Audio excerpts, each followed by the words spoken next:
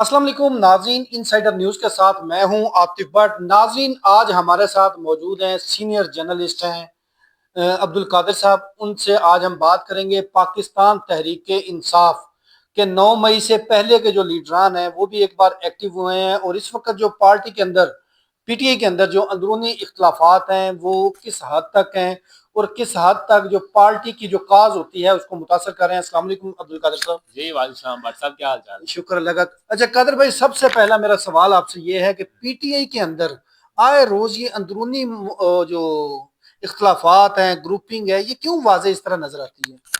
सच्ची बात यह है कि भट्ट साहब, ये अंदर की खबरें आप हमें पहुंचाते हैं, आप हमें देते हैं, आप हमारे सोर्स हैं और लोगों को कह रहे हैं कि नहीं नहीं, कादिर बताएगा। नहीं कादर भाई, इस मामले में आपका नहीं बहुत। नहीं, एक मिनट, सच्ची बात बताओ। लोगों को जरा पता चलने दो। मैंने नहीं आपको फोन करके पूछा कि भट्ट साहब ये बताइए, जरा ये खबर लेकिन बताइए। देखें कादर भाई, आपको ये तो पता था ना कि ये चीजें चल रही हैं, तो तभी आपने राब्ता किया ना। नहीं बट ये लेकिन मानना कादर पड़ेगा भाई, कि इनसाइड खबर आपके पास होती है। आप ये माने या ना माने, हमारी बीट में अगर किसी ने मेरे पास इन्फॉर्मेशन आती है ना, मैंने कंफर्मेशन करानी हो ना, तो मैं आपके जरिए करवाता हूँ। ये भी सच है कि नहीं? ये बात तो थैंक इट यू। मीन्स के ताल्लुकात आपके ज्यादा हैं। कंफर्मेशन वैसे तो झूठ भी फैलाते रहते हैं। अच्छा, अब आपसे ये कि ये इख्तलाफात, अब ये पंजाब के एक दो दिन पहले भी आपको नजर आया, सेंट्रल पंजाब के सदर को हटाने से मुताल्लिक, ये चीजें पीटीए की काज को, इमरान खान की काज को मुतासर नहीं करती?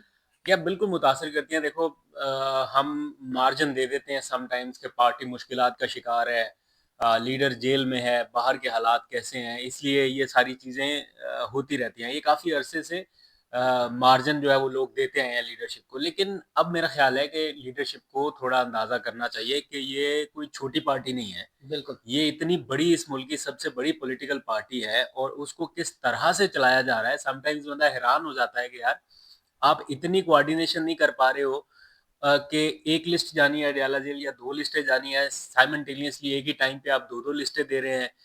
और फिर कोऑर्डिनेशन का फुकदान इतना है कि एक सेक्रेटरी जनरल जो है वो किसी दूसरे बंदे से व्हाट्सएप पे मैसेज कर रहा है और वो व्हाट्सएप पे रिप्लाई ही नहीं कर पा रहा। क्या बात है। या इनकी कोऑर्डिनेशन इस लेवल की है कि मतलब इसके ऊपर बंदा क्या कमेंट करे। ठीक ये है, ये बात अंडरस्टैंड करने वाली ये है। तो एक दूसरे की अथॉरिटी को ना मानने वाली बात हुई कि अगर कोई सेक्रेटरी जनरल को रिप्लाई नहीं कर रहा। हाँ, और दूसरा चले, ये बात अंडरस्टैंड करने वाली है कि पार्टी एक मुश्किल फेज से गुजर रही है।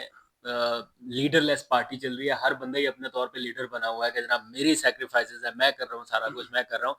लेकिन एट द एंड फिर भी आपको एक पार्टी को चलाने के लिए थोड़ा तरीकाकार तय करना पड़ेगा, वज़ा कादर, करना पड़ेगा कि मैसेजेस किसकी तरफ से आ रहे हैं, कौन रिस्पॉन्सिबल है, कौन क्या काम करेगा। कोई बड़ा डिसीजन लेने से पहले थोड़ी-सी कोऑर्डिनेशन कर ले, भले नाराज़गियाँ आपकी इनसाइड चल रही हैं, लेकिन उसको फैसला साज़ी के ऊपर असरअंदाज ना होने दें। कादर भाई, आप लीडरलेस पार्टी कह रहे हैं। मैं समझता हूँ कि जितनी इमरान खान अडयाला जेल में बैठकर बेहतरीन पार्टी को चला रहे हैं, इससे पहले भी लीडर्स जो है वो जेल में जाते रहे हैं, और आपको पता है उनकी कारकर्दगी सिफर रही है पॉलिटिकली। यानी फैसले और तो खान साहब के असाब हुँ, जो हैं वो जिस तरह वो फाइट कर रहे हैं अपने असाब के साथ, अपने मुखालफिन से, हुँ, और अपोनेंट्स जो हैं वो कोई आम पार्टियां नहीं हैं, बड़े ताकतवर हल्के भी हैं।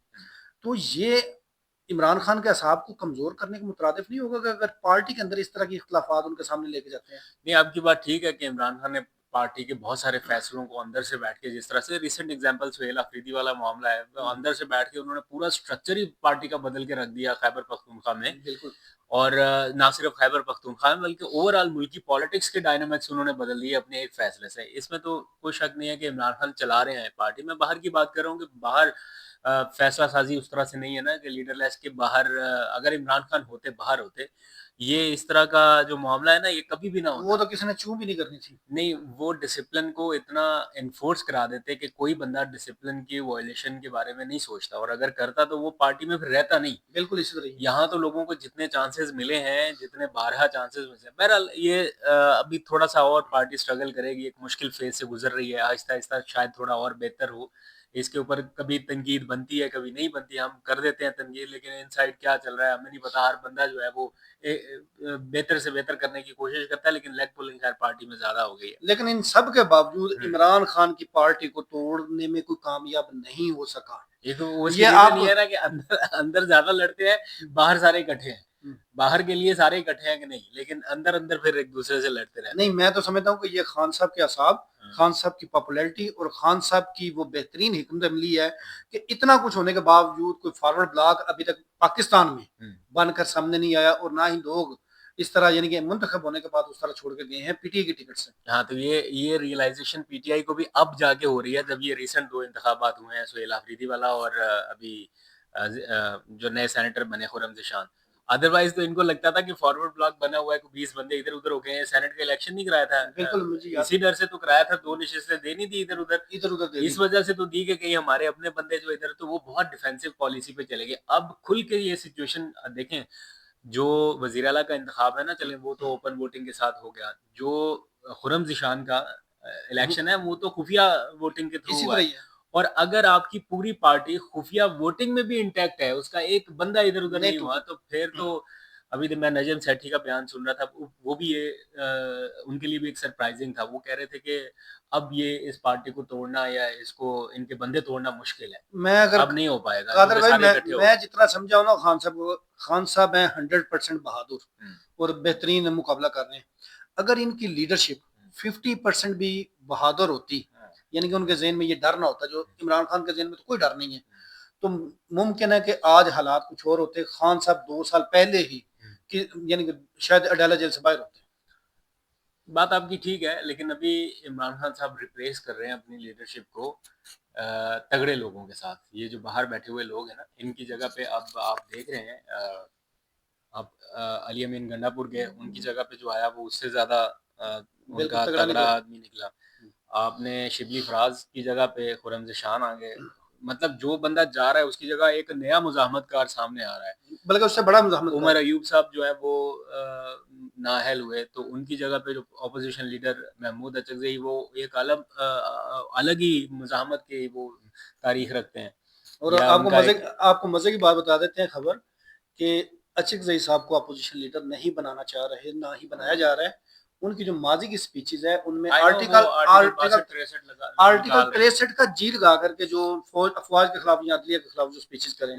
लेकिन एक बात ये भी है कि पार्लियामान में की जाने वाली जो गुफ्तगू है, हुँ, उसको आइन के मुताबिक ही वो तहफ़्फ़ुज़ हासिल है। तहफ़्फ़ुज़ असल है। उसको ना तो आप किसी कोर्ट में चैलेंज कर सकते हैं, ना आप उसके ऊपर कोई कार्रवाई कर सकते हैं, देखें ना जी अगर आप कोर्ट की बात करते हैं तो फिर मैं खान मैं साहब मैं बाहर मैं होते। मैं वैसे एक बात कर रहा हूँ कि अगर उस बेस पे कोई कार्रवाई करनी है, तो उसका जवाब ढूँढना पड़ेगा ना कि इन्होंने ऐवान में की जाने वाली स्पीचेज़ को तहफ़्फ़ुज़ आइनी तहफ़्फ़ुज़ हासिल है। बिल्कुल हासिल है। बाहर अगर उन्होंने कोई बात किया उसकी बेस पे, अगर और टू बी वेरी ऑनेस्ट, अगर उन्होंने नहीं बनने देना, तो फिर वो तकरीर वजह बना लें या कोई भी वजह बना लें, वो एक्स वाई जी कुछ भी ले आए। इसमें मैं इतना कहूँगा कि अगर आइन और कानून की बात करें तो हाँ, अगर वो मेरिट पे हो ना तो खान साहब भी इस वक़्त ख़ैर जेल में हाँ, ना होते।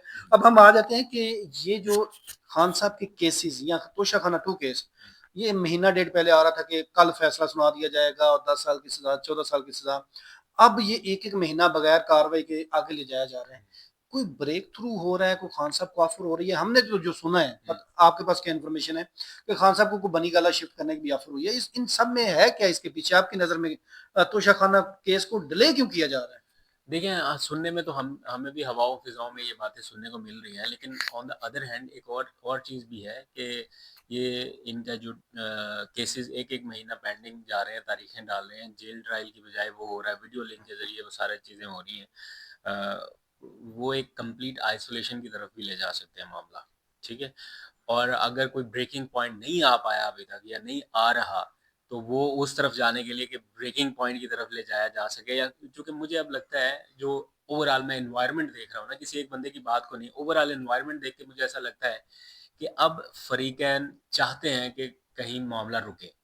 अब चीज़ों को सॉर्ट आउट किया जाए, रिवर्स गियर लगाया जाए, कुछ किया जाए। उसके लिए हर तरफ से जो आज आके बात आ रही है कि इमरान खान साहब जो है ना, वो कोई किसी चीज़ पे आमादगी ज़ाहिर करें, वो या तो बनी गाला की तरफ चले जाएँ, या फिर कोई ऐसी चीज़ हो जिससे कोई एक मेल्टिंग पॉइंट जो है ना वो सामने नज़र आए, मेरा ख़्याल लोगों है को कि लगे। वो भी कोई कुशन ढूँढ रहे हैं कि कौन को भी सेफ हर रास्ता मिल जगह जाए। पे मुझे ऐसा लग रहा है कि अब सब के सब चाहते हैं कि रिवर्स गियर लगे। हाँ। शहबाज शरीफ साहब के बयानात आप देख रहे हैं, वो कह रहे हैं कि हम इस्तेहकाम मईशत पता नहीं क्या इस तरह उनकी कोई टर्म है, उसके चार्टर ऑफ डिमांड की वो बातें कर रहे हैं। फिर राना सनाउल्लाह साहब कह रहे हैं कि शहबाज शरीफ साहब की ऑफर को संजीदगी से लें।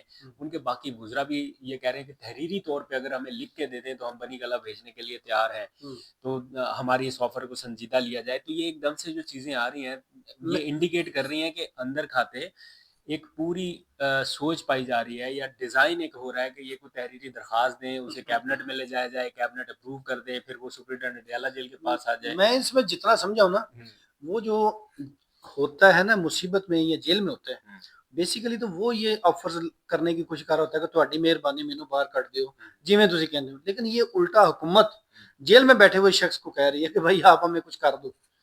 तो ये भी डायरेक्ट नहीं उन्होंने कहा कि कुछ कर ही दो, लेकिन ये है कि फेस सेविंग सभी को चाहिए कहीं ना कहीं, किसी ना किसी तरह से। अब देखें जिस पॉइंट पे मामला पहुंचा हुआ है, आप मुल्क के मामलात बाहर हम डिप्लोमेटिकली बहुत शानदार चल रहे हैं, बहुत अच्छी चीज़ें चल रही हैं, हमारे सफारती मामलात अच्छे हैं, हमारा दिफाई मामलात के अतबार से बहुत ज़बरदस्त चला गया। इंटरनल जो पॉलिटिकल रिफ्ट है या एक सियासी तनाव है, पोलराइजेशन है, जब तक ये ख़त्म नहीं करेंगे, कम नहीं करेंगे, डोमेस्टिक हम किस तरह से अपने आप को ऊपर उठाएं, ये लेकिन एक इशू बना हुआ है। डोमेस्टिक का ये इशू है कि पंजाब हुकूमत इस वक्त लोकल गवर्नमेंट इलेक्शन से भी भाग रही है, जो कि दिसंबर में इलेक्शन कमीशन ने कराने का ऐलान किया। ये नया बिल ले आए। क्या डर है जब वो कहते हैं कि मरीम नवाज इतने अच्छे काम कर रही है पंजाब में, तो फिर लोकल गवर्नमेंट इलेक्शन होने देते। हो जाने चाहिए, गैर जमाती कराएं, इलेक्शन कराएं, पता चल जाए किसकी क्या पॉपुलैरिटी है। लेकिन वो जिस तरह से मैंने सुना था कि कानून साजी हो रही है उसमें भी, एंड बाय द वे जो भी आपने बात की को रास्ता ढूंढने की बातें हो रही हैं, जो भी कल परसों मुलाकातें हो रही हैं, फवाद चौधरी साहब कर रहे हैं, ये सारे कर रहे हैं, आपको क्या लगता है कि ये सारा बाय डिफॉल्ट है या बाय डिजाइन है? ये बाई बाई डिफॉल्ट होता तो पहले भी हो सकता तो था, मैं ये वही कह डिजाइन रहा ही हूँ हो ना, रहा है। बाय डिफॉल्ट हो तो ये देखें, शाह महमूद कुरैशी साहब हॉस्पिटल गए, किसी को पता नहीं है, फिर कुछ लोगों को एक्सेस मिल गई।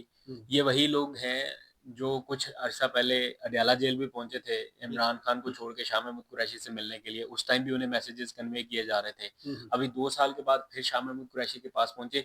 ये उनका बीमार हो जाना और चंद लोगों की उन तक एक्सेस हो पाना, और ये पार्टी के बाकी लोगों को क्यों एक्सेस नहीं हो पाई, या क्यों वो नहीं जा पाए, क्यों उनके पास इन्फॉर्मेशन नहीं है, सिर्फ वो लोग, कोई कराची से आ गया, कोई इस्लामाबाद से चला गया, कोई लाहौर से चला गया, और उनको ये सारी इजाजत तो मिल गई है। उनको इजाज़त है और बाकी लोगों को इजाज़त नहीं, एक्सेस नहीं। तो ये बाय डिज़ाइन है। मैं ये नहीं कह रहा किसी की बुरी इंटेंशन है या कोई गलत इंटेंशन से कर रहा है, हो सकता है कोई रास्ता तलाश करने के लिए ये चीज़ें की जाती हैं। सही। लेकिन द थिंग इज़ दिस कि ये सब नेचुरल एकदम से नहीं हो रहा। ये जो भी हो रहा है इसके पीछे कोई ना कोई रीज़न कार फरमा है।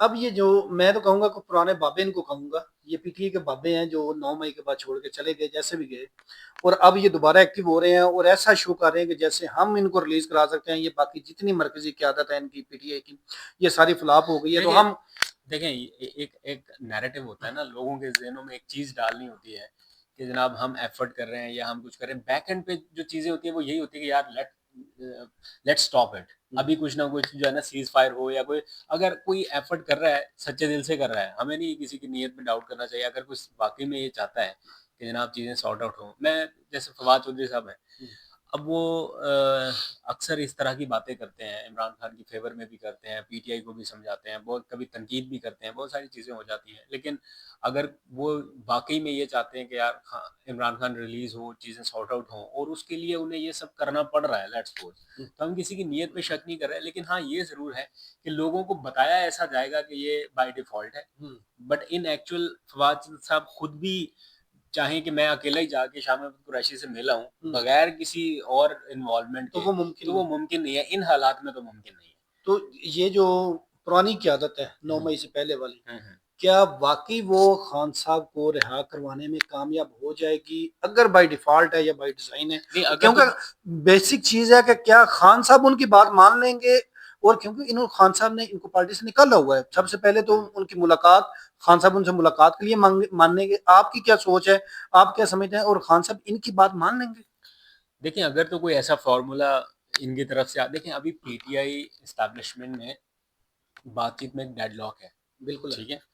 अगर कोई और फरीक, लेट्स सपोज के ये निकाले हुए ही समझ लें, या जिनको आप पीटीआई के पुराने लोग कहते हैं, अगर ये कोई किरदार अदा कर सकते हैं कि ब्रिज बना सकें एस्टैब्लिशमेंट और पीटीआई के दरमियान के बातचीत हो जाए, कोई वे फॉरवर्ड निकल आए, कोई इधर का मैसेज उधर कन्वे हो, कोई उधर का मैसेज इधर कन्वे हो, कोई चीज़ें अगर वे आउट निकल आता है ना, बातचीत करने से निकल आता है। बिल्कुल। तो अगर तो ये चीज़ हो, क्योंकि ये निकलना एस्टेब्लिशमेंट के थ्रू ही है रास्ता, गवर्नमेंट के थ्रू बहुत मुश्किल है, क्योंकि इन्होंने मुज़ाकरात करके देख लिए। अगर वो गवर्नमेंट नहीं बातचीत करा पा रही, मुलाकात नहीं करा पा रही, तो फिर फ़ायदा नहीं है बिल्कुल। उनको वो वाला रास्ता अडॉप्ट करने का। मैं कल देख रहा था एक बड़ी प्यारी एग्ज़ाम्पल, पीटीआई का कोई रहनुमा अमीना खान अफरीदी थे, वो बैठे हुए थे शहज़ाद इकबाल के प्रोग्राम में। वो उनको शहज़ाद इकबाल उनको कह रहे थे कि गवर्नमेंट से बात क्यों नहीं करते, या गवर्नमेंट आपको ऑफ़र कर रही है, तो वो कह रहे हैं कि आप मुझे अगर ऑफ़र कर दें कि मैं आपको जियो का एंकर बना देता हूँ, हुँ। तो आपके पास ये इख्तियार है कि आप मुझे जियो का एंकर बना दें। बिल्कुल क्या आप मैं आपको कहूँ कि आप मुझे जियो की बिल्डिंग में लेके जाओ, और आपके पास ये इख्तियार ही ना हो कि मुझे आप एंकर बनाओ या जियो की बिल्डिंग में ले जाओ, तो मैं आपके साथ बात करने का क्या फ़ायदा? तो फिर बेहतर नहीं है कि वो डायरेक्ट मीर शकील से बात करे? देखें जी, वो आपको याद होगा कि सुहेल अफरीदी ने भी एक बात की थी कि मैं डिग्गी में बैठ कर वो नहीं जाने वाला बंदा। तो इट मीन्स कि कोई डिग्गी में बैठकर जाता रहा, तो उनसे उनके पास जाकर मुलाकात करता रहा जहां पर वो रास्ता निकलना था। तो खान साहब भी तो यही कह रहे हैं।